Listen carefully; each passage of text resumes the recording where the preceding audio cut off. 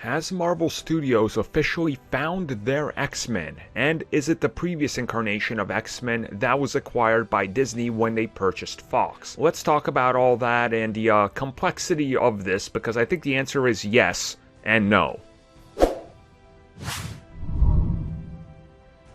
Selective memory or misunderstanding or outright denying what's been said seems to be a huge factor when it comes to believing Marvel Studios.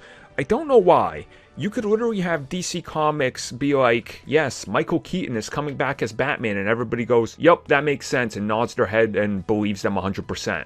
Disney repeatedly tells you that Deadpool 3 will be R-rated. They tell you that it's going to be Deadpool 3. They tell you that it's still coming to the MCU and will be part of the old continuity. They tell you that Ryan Reynolds is still involved and that it's directly going to connect to the MCU. And Quicksilver from that franchise shows up in the MCU in WandaVision, and people still don't believe that these two universes are connected, when they literally said Deadpool 3 is Deadpool 3 that also connects to the MCU. I don't know how much more they can say it. Like, are people actually going to witness Deadpool 3 be an R-rated film in the MCU and still say it's not part of the MCU? That's where we're at with Quicksilver. I don't get this mentality.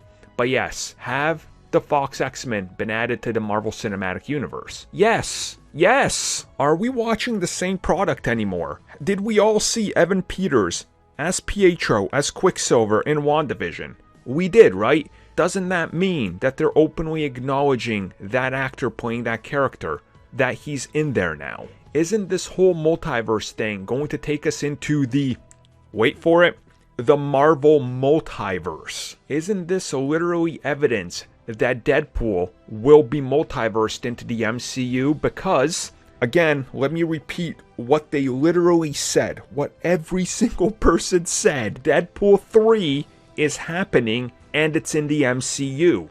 At this point, I don't understand what people need to believe. The X-Men, those X-Men, are part of the MCU now. They're part of the multiverse. Didn't Kevin Feige recently even say that everything is on the table and they can do anything, they can pull from anything?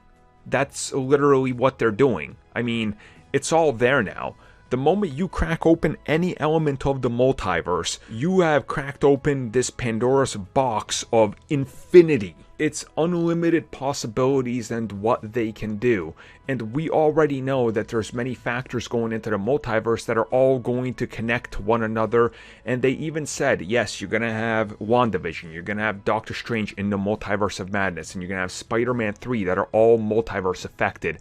But there's projects beyond that nobody's talking about that they don't want to reveal. Clearly, Ant-Man Quantumania. Clearly, Deadpool 3 has to be a multiverse film because, again, it's Deadpool 3. The old Deadpool films are getting a third one, but it's coming to the MCU.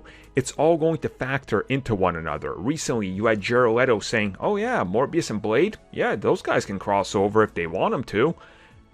Guys, I don't know what to tell you.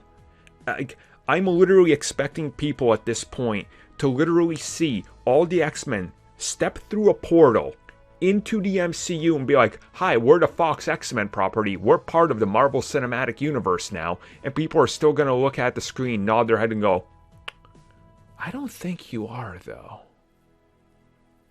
I don't think you are, sir.